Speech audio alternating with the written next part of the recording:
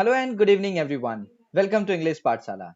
So friends, in this video we are going to discuss about development of resources. In the previous video we have already seen what are resources. Resources क्या होते हैं वो हमने complete कर दिए, ठीक है. एंड हमने ये भी देख लिया कि what are the types of resources. ये भी complete हो गया है, ठीक है. सो ये दो चीजें complete हो चुकी हैं.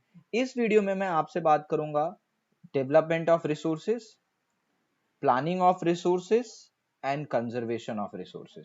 सो ये पूरा video planning and conservation of resources पर होगा और कैसे डेवलपमेंट किया जा सकता है रिसोर्सेस का यूज करके, ठीक है.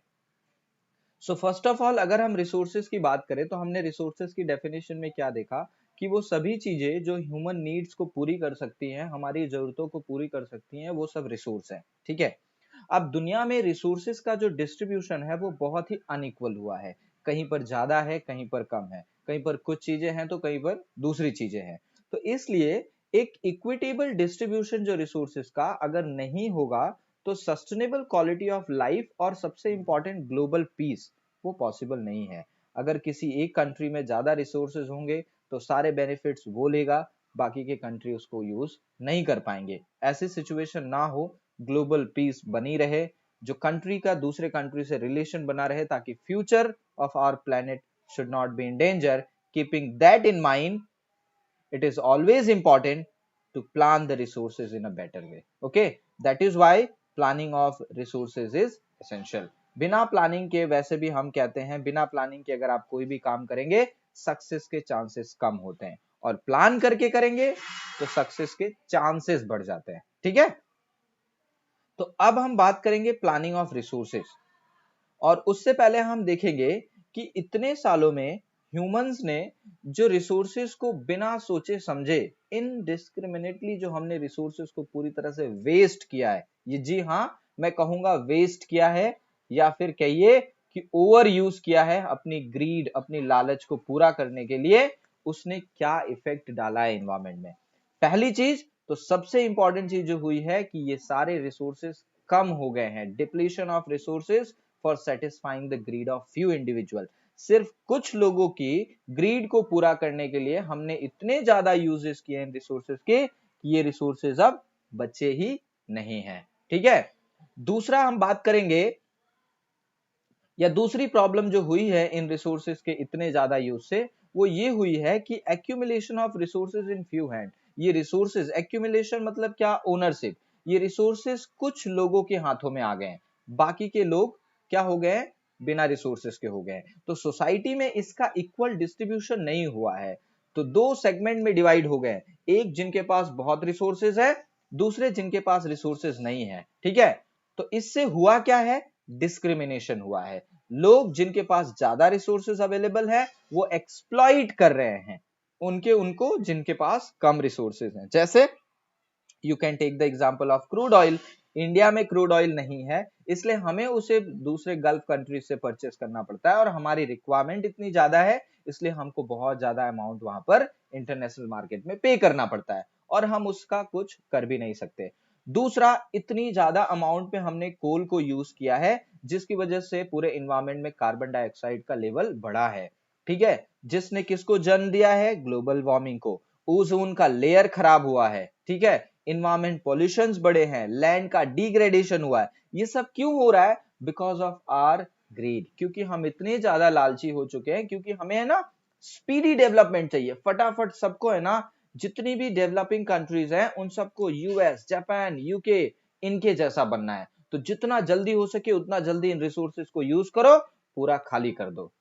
तो इसकी वजह से ये सारी प्रॉब्लम्स उठी हैं कि पहला तो कम हो गए, दूसरा कुछ लोगों के हाथ में आ गए, और तीसरा जिनके हाथ में आए वो एक्सप्लॉइट कर रहे हैं, ठीक है. इसलिए क्या इंपॉर्टेंट हो जाता है, सबसे इंपॉर्टेंट होता है कि सस्टेनेबल डेवलपमेंट किसको कहते हैं. सस्टेनेबल डेवलपमेंट ये वो होता है, देखिए यहां पर लिखा है मैंने कि हमारी फ्यूचर की जो रिक्वायरमेंट है. देखिए आज आपके पास जितने भी रिसोर्सेज अवेलेबल है ये सिर्फ आपके लिए नहीं है. कई लोगों की सोच ये होती है यार हम लोग यूज कर लेते हैं, फ्यूचर वालों का जो होगा वो लोग देखेंगे. ऐसा नहीं है.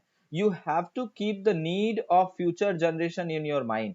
तो यानी फ्यूचर जनरेशन की नीड को ध्यान में रखकर प्रेजेंट जनरेशन को, प्रेजेंट रिसोर्सेज को इस तरीके से यूज करना है, इतनी वाइजली यूज करना है ताकि वो अवेलेबल हो फ्यूचर जनरेशन के लिए, तभी हम उसको सस्टेनेबल डेवलपमेंट कहेंगे। और सस्टेनेबल डेवलपमेंट की तो थियरी ये कहती है कि आप रिसोर्सेज को कभी भी वेस्ट ना करें, बजाय उसके आपको जो रिसोर्सेज मिले हैं उसमें कुछ ऐड करके ही आने वाली जनरेशन को दें। ठीक है, सो सस्टेनेबल डेवलपमेंट की थियरी को सबने माना है, every country has accepted this. यहां इसकी डेफिनेशन में भी देख सकते हैं कि development should take place without damaging the environment. Damage किए बिना, एनवायरमेंट को डैमेज किए बिना जो डेवलपमेंट होगा जिससे फ्यूचर में आने वाली जनरेशन को कोई लॉस ना हो, उसी को हम कहते हैं सस्टेनेबल डेवलपमेंट। इस तरीके के डेवलपमेंट को सभी वर्ल्ड की सभी कंट्रीज ने माना है, और इसी को ध्यान में रखते हुए 1992 में 100 से ज्यादा देशों के जो हेड्स थे वो रियो डी जेनेरो, जो कि ब्राजील की कैपिटल है, वहां इकट्ठा हुए। ठीक है, सबने डिसाइड किया कि भैया चलो हम लोग कहां जाते हैं, हम लोग चलते हैं रियो डी जेनेरो में, एक साथ मीटिंग करते हैं, बैठते हैं और डिस्कस करते हैं कि जो इन्वायरमेंट प्रॉब्लम्स बढ़ रही हैं उसको हम कैसे कम करें, इन्वायरमेंट को कैसे बचाएं। तो सभी ग्लोबल लीडर्स ने ये माना कि ये ग्लोबल जो क्लाइमेटिक चेंज हो रहे हैं, कहीं पर बरसात में गर्मी हो रही है, गर्मी में ठंड पड़ रही है, ठंड में गर्मी हो रही है, ये हो क्यों रहा है? तो ये पता चला कि ये इफेक्ट किसका है, ग्लोबल वार्मिंग का। तो सबने क्या डिसाइड किया कि 21st सेंचुरी को हम डेडिकेट करेंगे प्योरली सस्टेनेबल डेवलपमेंट के लिए। पूरी 21st सेंचुरी सस्टेनेबल डेवलपमेंट को डेडिकेटेड है। अभी एजेंडा 21 उसको नाम दिया गया। अभी एजेंडा 21 क्या होता है वो आप समझना आपके लिए इंपॉर्टेंट है। सो दोस्तों, बात करते हैं एजेंडा 2021 की, जिसमें सभी कंट्रीज ने साइन किया। ठीक है, इसमें United Nations conference on environment and development पे जो ये समिट हुई उस रियो डी जेनेरो ब्राजील में, ठीक है, वहां पर सबने डिसाइड किया कि हमारा फोकस अब किस पर होगा, sustainable development. Sustainable development again मैंने कहा, keeping the needs of future generation, use the present resources in such way that it should not damage the future generation property. Future generation को जो मिलना चाहिए वो देना ही है। इसका यूज करके हम इन्वायरमेंट डैमेज को रोकना है, हमको पॉवर्टी को कम करना है, डिजीज को कम करना है, ग्लोबल वार्मिंग कम करना है, और ये तभी पॉसिबल है जब हम इसको एक साथ ले। क्यों? क्योंकि इन्वायरमेंट प्रॉब्लम किसी एक की प्रॉब्लम नहीं है, this is the problem of every country.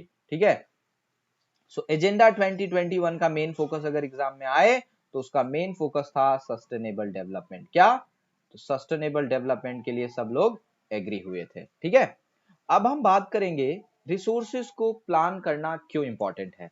देखो, एक चीज आप ध्यान से समझो, हम किसी चीज की प्लानिंग करते हैं तो हम एक सेट बनाते हैं कि हमें कैसे क्या करना है। ठीक है, तो अगर आप रिसोर्सेज को भी प्लान करके स्ट्रेटेजिकली यूज करोगे तो होगा क्या, जितने भी रिसोर्सेज आपके अवेलेबल है वो आप बहुत ही अच्छे अमाउंट में, अच्छा कम खर्च में ज्यादा आप उनसे निकाल सकते हैं। तो बेसिकली रिसोर्स प्लानिंग का मतलब ही है ऐसी स्ट्रेटेजी बनाना जिससे हम रिसोर्सेज को जुडिशियसली हम उसको यूज कर सकें। ठीक है, और ये बहुत इंपॉर्टेंट है कंट्री लाइक इंडिया जहां पर इतनी डाइवर्सिटी है। आप कश्मीर से कन्याकुमारी, गुजरात से आसाम, मेघालय, त्रिपुरा आप चले जाइए, आपको हर एक स्टेट में इतनी डाइवर्सिटी मिलेगी। रीजन वाइज आपको बहुत सारे चेंजेस मिलेंगे।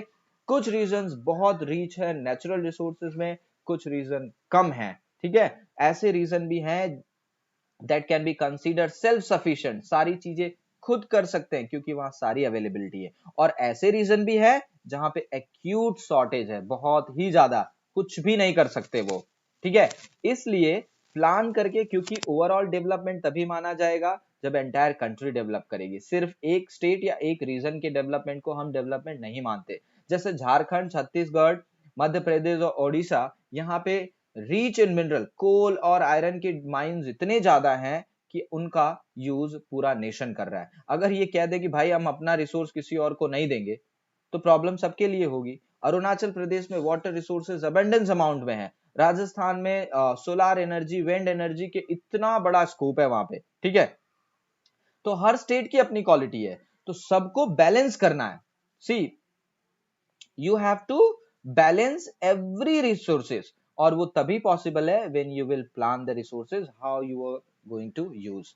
ठीक है, तो रिसोर्स को जब आप प्लानिंग करेंगे तो कुछ आपको चीजें ध्यान रखनी है। पहला तो आपको आइडेंटिफाई करना है कि भाई आपके पास कितना है, इन्वेंट्री स्टॉक क्या है। अब जैसे मैंने कहा कि मेरे पास 100 रुपीज है, तो पहले तो मुझे पता करना पड़ेगा वो 100 रुपीज किस अमाउंट में है, ठीक है। दूसरा, उस 100 रुपीज में अगर मुझे पता चल जाए तो क्या होगा मेरे लिए, ये पता कर पाना बहुत इंपॉर्टेंट हो जाएगा या इजी हो जाएगा कि मैं इसको कितने दिन, अगर मेरे पास पॉकेट मनी 100 रुपीज मेरे पापा ने दिए और आज 20 तारीख है, मतलब 10 दिन तक मुझे चलाना है, तो मुझे पता है भाई कि एवरीडे 10 से ज्यादा खर्च नहीं कर सकता। तो मतलब अगर आप एक बार इन्वेंट्री निकाल लेंगे तो आपके लिए आसान हो जाएगा कि आप कैसे उसको खर्च करेंगे। Similarly for resources also, if you will be able to get to know that what amount of resources you are having, then आप टेक्नोलॉजी का यूज करके, दूसरे इंस्टीट्यूशनल सेटअप करके रिसोर्सेज को बेटर वे में यूज कर पाएंगे। और तीसरा जो आप प्रॉब्लम फेस कर सकते हैं रिसोर्स प्लानिंग में, या जो आपको करना चाहिए वो ये है कि matching the resources to development plans, ताकि पूरा नेशन डेवलपमेंट करे, ठीक है। अच्छा, रिसोर्स प्लानिंग में क्या इंपॉर्टेंट है वो देखो। The availability of resource is a necessary condition for development, ये बहुत इंपॉर्टेंट है। अगर किसी रीजन में अवेलेबिलिटी नहीं है रिसोर्सेज की, तो डेवलपमेंट थोड़ी स्लो हो जाएगी या नहीं भी हो सकती है, ठीक है। So mere availability of resource in the absence of corresponding change in technology and institution may hinder the development. Hinder मतलब रोक सकता है। अगर आपके पास रिसोर्सेज नहीं है या कम है और टेक्नोलॉजी नहीं है, तो आपका डेवलपमेंट रुक सकता है या नहीं होगा, ठीक है। इंडिया में ऐसे बहुत सारे रीजन है जहां बहुत रिसोर्सेज अवेलेबल है रिच अमाउंट में, ठीक है, लेकिन वो इकोनॉमिकली बहुत पीछे हैं, ठीक है। आप उसका एग्जांपल ले सकते हैं हमारे नॉर्थ ईस्ट के स्टेट, वहां पर इतना ज्यादा मिनरल्स अवेलेबल है, लेकिन हो सकता है इतनी ज्यादा इकोनॉमिकली हमारे पास अवेलेबिलिटी पैसे की ना हो, जिसकी वजह से उतना डेवलपमेंट नहीं हो पा रहा है। दूसरी जगह ऐसे स्टेट्स भी हैं जहां बहुत पैसा है लेकिन वहां पर कोई रिसोर्सेज अवेलेबल नहीं है। तो हमें प्लानिंग में करना क्या है, हमें प्लानिंग में यही बैलेंस करना है। तो resource can be contributed to the development only when you join them with technology. आपके पास फॉर एग्जांपल मैन पावर है, लेकिन ये मैन पावर रिसोर्स आपके लिए कब काम आएगा, जब आपके पास एम्प्लॉयमेंट हो। तो पहले आपको फोकस एम्प्लॉयमेंट में करना है, एम्प्लॉयमेंट जनरेट करना है, तब आपका ये रिसोर्स काम आएगा। Similarly your resources can only be useful when you have technology. अगर आपके पास टेक्नोलॉजी नहीं है तो वो रिसोर्सेज वेस्ट हो जाएगा। जैसे एक और एग्जांपल आप ले सकते हैं वाटर।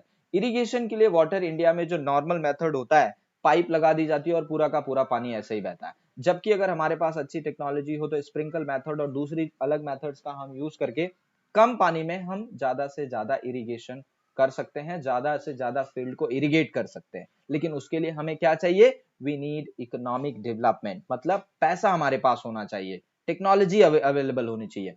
इसलिए country like India, development in general, resource development particularly does not involve only availability। देखो ऊपर हमने पढ़ा कि रिसोर्स डेवलपमेंट के लिए, किसी भी कंट्री के डेवलपमेंट के लिए रिसोर्स होने चाहिए, सही बात है।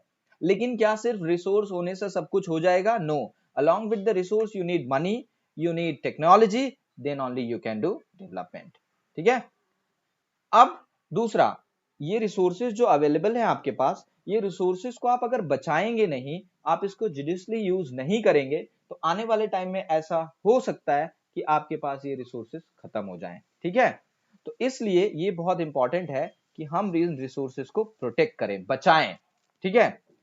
हम क्या कर रहे हैं, इसका इरेशनल कंजम्पशन, बिना सोचे समझे या ओवर यूटिलाइजेशन कर रहे हैं, जिसकी